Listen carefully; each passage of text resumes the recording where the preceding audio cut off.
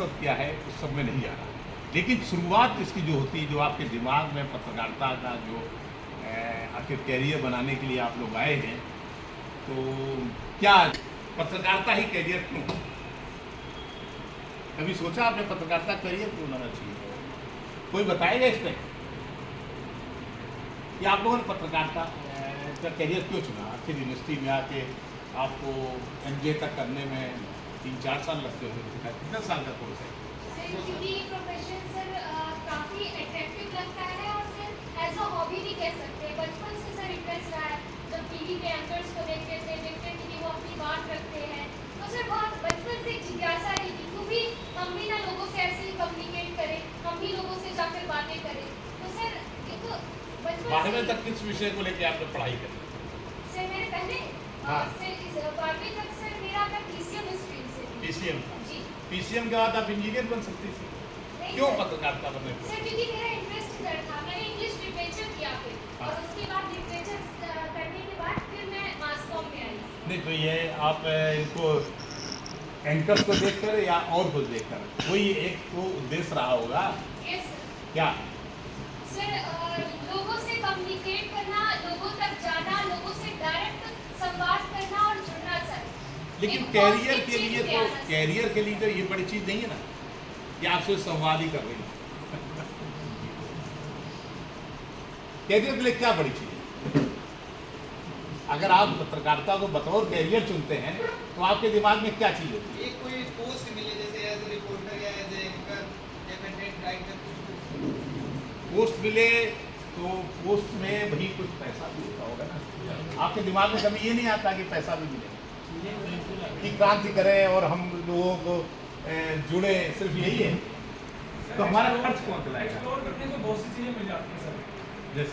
जैसे कि सर अगर रिपोर्टर बन गए तो सर अलग अलग शहरों में जाने को मिलता है, वहाँ पे अलग अलग चीज़ें देखने को मिलती है, वहाँ के कल्चर से। कभी आपको ये लगता है हम बहुत लोगों से मिलेंगे, बहुत लोगों से जुड़ेंगे, ये हम कोई और प्रोफेशन करने से इंजीनियर बन जाते हैं, डॉक्टर बन जाते हैं, इंजीनियर में तो सर मिल नहीं पाते ना, समाज से जुड़े रहने का सरकारी कर्मचारी बनते हैं, IAS PCS क्वालिफाई करते हैं।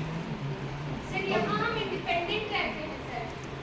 नहीं। सर हमें फ्रीडम ऑफ स्पीच है। लेकिन अगर आप पत्रकारिता में किसी एक मीडिया हाउस में जॉब करते हैं, फ्रीडम मिलेगी आपको? नहीं सर। फिर सर समाज से जुड़े रहने का एक माध्यम है। रोमांच से भरी हुई है और सारी बातें मान लेते हैं, पर आपके दिमाग में कभी ये नहीं आता कि भाई हमें पैसा भी मिले। आता है सर। आप जिन एंकरों को देख करके, जिन एंकरों की तड़क भड़क देख करके पत्रकारिता में आए हैं, उसमें से आपको क्या लगता है उनको क्या सैलरी मिलती है? लाखों रुपए लाखों कुछ अंदाजा है? महीने का 5 लाख 50,000 1 लाख 1.5 लाख 50,000 तो आज के जीवन में क्या होते हैं? अंजना के सर की सर पर मंथ 30 लाख रुपए है, 30 प्लस में सर TRP में अलग से वो है शेयरिंग। ये आपने TRP पे डिपेंड करती है कि हमारी जर्नलिज्म जो है वो हम अपनी रिपोर्ट को बेच पाते हैं नहीं बेच पाते। अखबार में हो तो भी बहुत जरूरी है कि जो हाकर है क्या उसने मेरी रिपोर्ट को लेकर के अपना अखबार बेचना शुरू किया है, क्या लोगों को मेरी रिपोर्ट अट्रैक्ट कर रही है, हम क्या ऐसी चीज़ दे पाए। देखिए मान लीजिए कभी बड़ी कोई हादसा हो, चंद्रयान है, G20 है, सारे लोग रिपोर्ट कर रहे हैं, आप उसमें नया क्या है? आपने G20 सम्मेलन को भी देखा और उससे आपने कुछ अंदाजा लगाया था? कोई बता सकता है G20 जो हुआ था उससे क्या अंदाजा लगाया था, क्या होगा भविष्य? एज ए ग्लोबल लीडरशिप के तौर पर भारत उभर कर आएगा सामने, ऐसा लग रहा था। और इसके अलावा सर निवेश बढ़ेंगे, हैं? निवेश बढ़ेंगे सर, इन्वेस्टमेंट। निवेश बढ़ेगा। और सर जब G20 चल रहा था वहाँ दूसरी तरफ से हमारे जो संविधान है सर, उसमें जो हमारी सरकार है उस पर भी सवाल उठ रहे थे। तो सर मीडिया जो है उसके पास दो टॉपिक्स थे, अक्सर अलग अलग डिफरेंट मीडिया के पास था कि वो G20 दिखा रहे हैं या हमारे देश की सरकार पे जो सवाल उठ रहे हैं वो उस पर दिखा रहे हैं सर। और कोई बताएगा? पर्यावरण को लेकर ये पूरा समिट था और ये पर्यावरण को कैसे जो है बताइए। बेहतर किया जा सके, तो उसके लिए देशों का एक सम्मिलित प्रयास था G20। और G20 में बहुत सारे मुद्दे थे, पर पर्यावरण एक प्रमुख मुद्दा था। तो